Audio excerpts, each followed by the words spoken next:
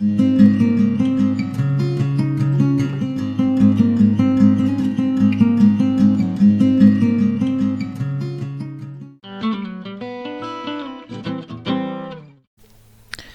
back to LDF-Designs. In today's video, I have pre-made these little buttons. I used the paper clay and I formed it on the styrofoam ball and punched some holes into it while it was still wet with a straw. And once that dried completely, I went ahead and added a mixture. It's kind of what I call the stucco mixture, and it has some different ingredients in it, and I added that on top of the button, the paper clay, to give it more strength and make it a sturdier piece. Once all of that dried, I am now at this point here where I'm going to start decorating the button and get it ready to add to this piece that I have prepared.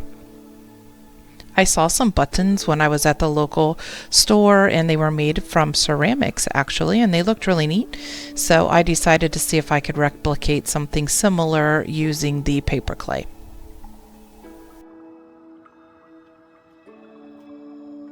I am planning to cover this with encaustic, so I am using water-based paints, watercolor paint, and just starting to go ahead and apply different layers of color onto this button. And then once all of this dries here in a little bit, you'll see where I add encaustic to it.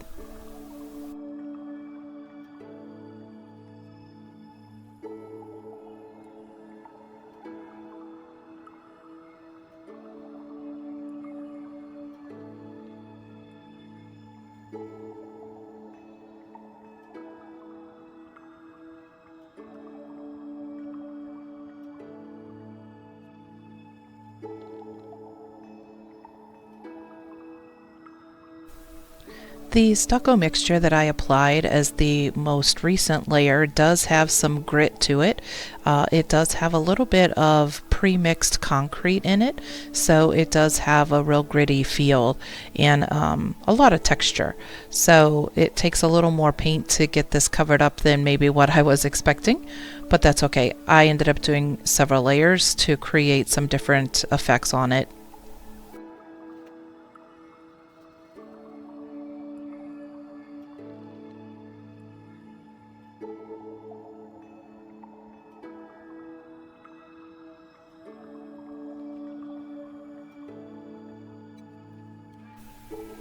I'm probably not the most patient person in the world, so of course I pulled out my heat gun and used the heat gun on it to try to dry the layers quicker so that I could continue to work.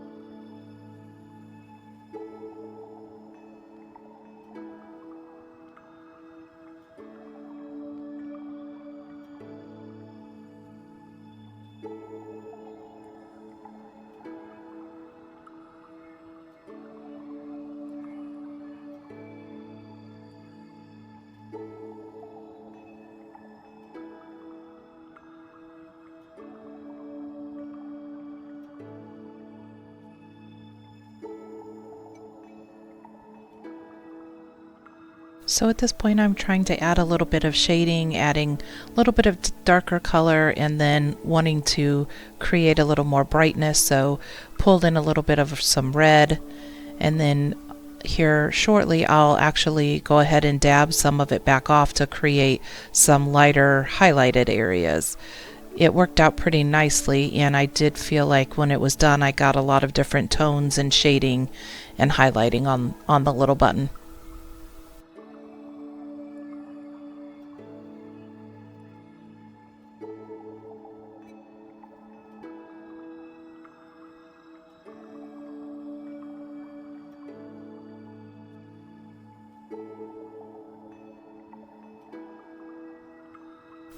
So my idea all along was to take this button and actually sew it onto something that I could then stick onto my piece. This is called Encausticflex. If you would like to Google that, please do. I don't have any affiliation with them, but this gal makes this really great material, and it is made for encaustic. This is a type of paper. I don't have all of the details about it, but it doesn't rip. Even when I cut it here, I didn't get the corner cut, and I could not rip that corner off of there. So it's like a very sturdy, strong, but flexible material that can take encaustic. And my intent was to sew this button onto that Encausticflex and then place that onto my piece. What I found out though was that I couldn't punch holes through it because my hole punch wasn't wide enough. I had some trouble. So needless to say, I did figure out a way to fix the button onto some material that I attached to the Encausticflex to make sure it was nice and sturdy, which I'll show all of that here shortly. One of the things, do note that I should not have done this on the paper plate because the button stuck to it. I'm not sure what I was thinking there.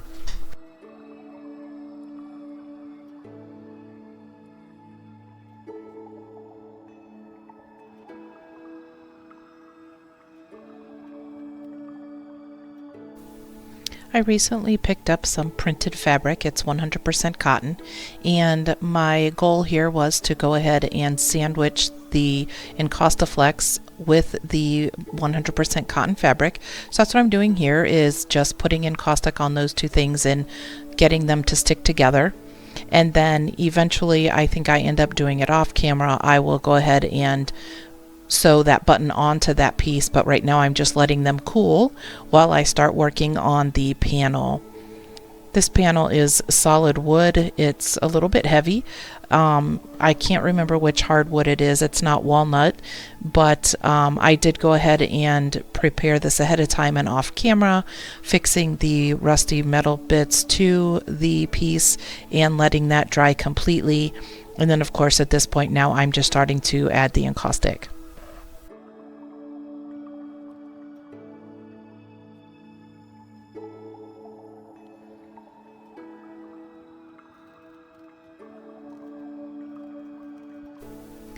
I'm not sure how well it shows up on camera, but I have recently purchased some wire metal mesh that's used for building sculptures, and I used it for the first time on this piece, and I believe it was the first time, but I used it to help fix some of the metal pieces onto the board.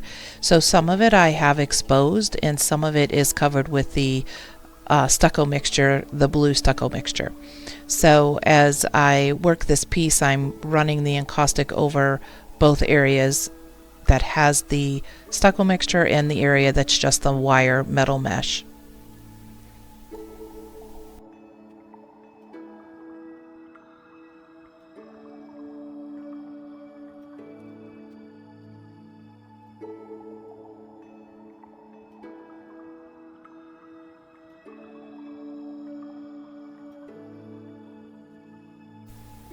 So here I'm just adding a little bit of that cerulean gray that I have on my palette. I've been using it a lot here recently, but I really like the tone and what it adds to most of the pieces that I've worked on.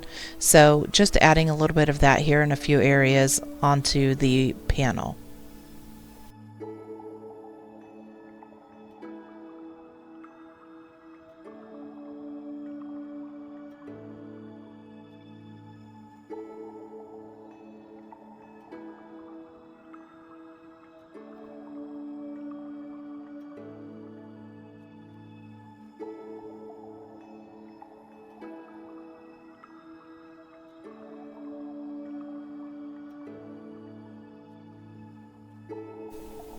I plan on using my tar to go ahead and tone the piece up a little bit.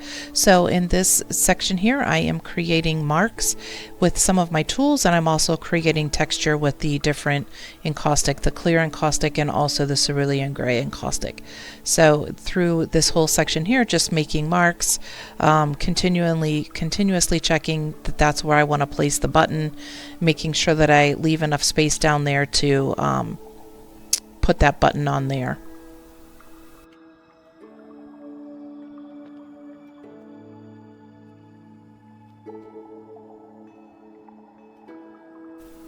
For those of you who may be watching for the first time, so this is some tar that I have, and I have a little bit of vegetable oil mixed with it, and I'm using that to fill in the texture and the marks that I made, and again using some vegetable oil as a blending medium, if you will, to spread that color all around.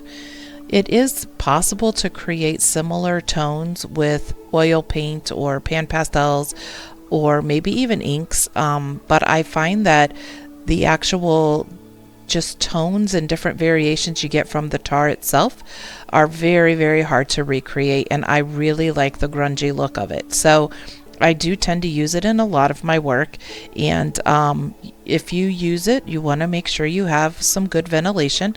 I have 3 windows in my working space and usually have at least one open with a fan going. It's winter right now here in northern Indiana, so it's pretty cold outside. So I usually have one window open with the window fan on, and then I have a heating unit that creates heat for my space.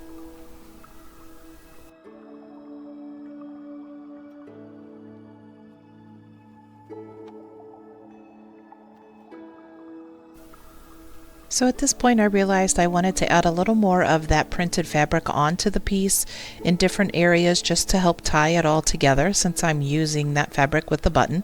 So in this section here, I went ahead and decided where I wanted to place it. I dipped it into the encaustic, and now I'm going to burnish it onto the piece here, and then, well, actually I'm heating it, then I burnish it. Sometimes I burnish and then heat. Sometimes I heat then burnish. It just depends on how well I feel like that is sticking to begin with. But you do want to kind of do both things to make sure that it stays adhered to your piece.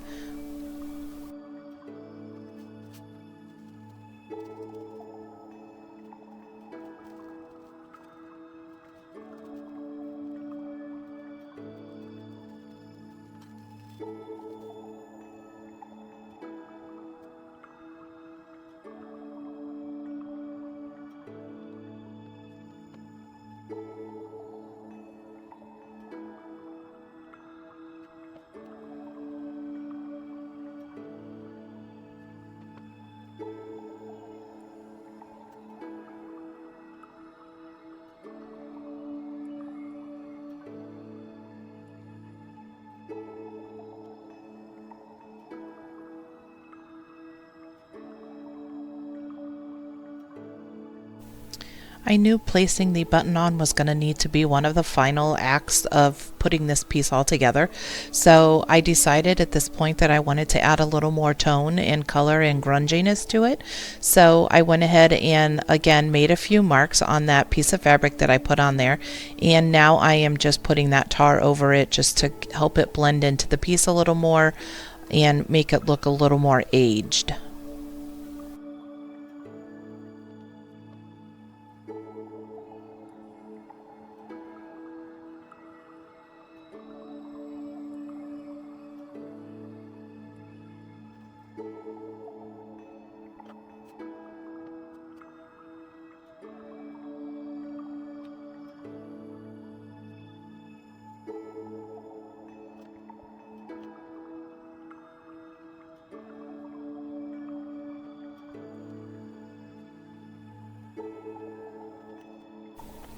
I decided I really liked the look of that, so wanted to place another piece of the fabric onto this corner, and that's what I'm doing at this point, just making sure I have that adhered on there, and then we'll get that one also blended in to the piece.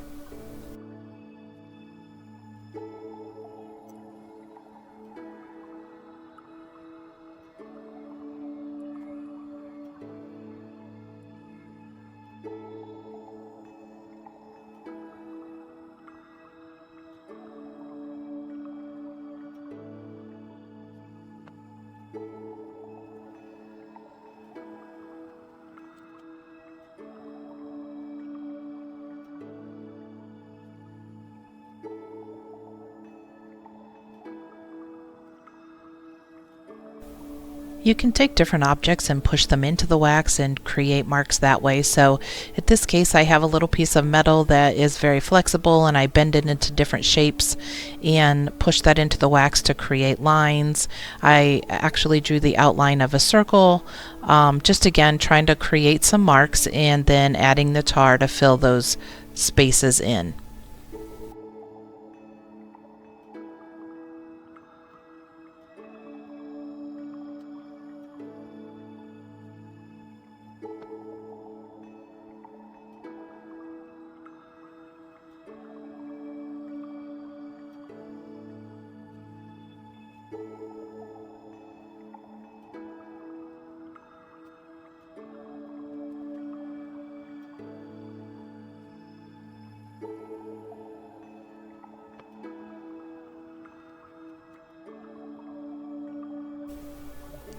So I apologize. I ended up sewing this on off camera.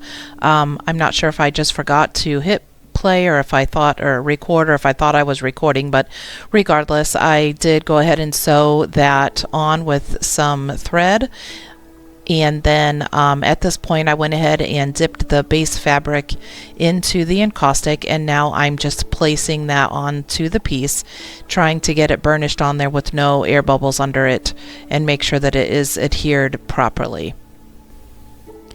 It did take a little finagling. I do have the video sped up quite a bit. The whole section, the whole video that you're watching today, all of this probably took me a good 2 or 3 hours. That didn't include any of the prepping, creating the button or prepping the board previously. But I do try to speed it up as much as I can and still make it visible to see what it is that I'm doing.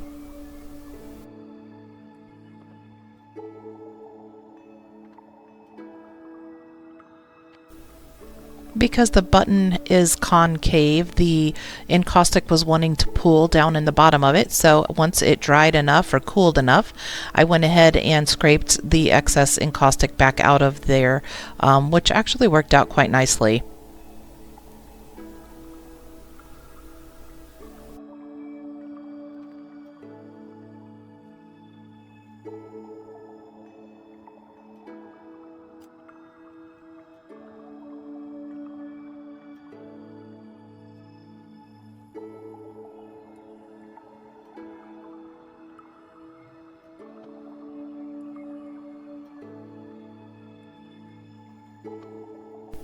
I did end up adding a few more finishing touches to this piece that I don't show on camera. I figured the video was getting long enough as it was, but you can certainly see how it ended up over on my Instagram page. I will have some more pictures over there and show you the final piece. Added a couple of fun things to it. So as I finish cleaning this up and adding some final texture and whatnot, I hope that you enjoyed today's video. I tried to do a few things a little bit differently than what I normally do as far as using the button and the fabric. I will probably be taking a little bit of time off here for the holidays, but I will be back soon. If you have not subscribed, please push that button for me. Thank you so much for joining me today.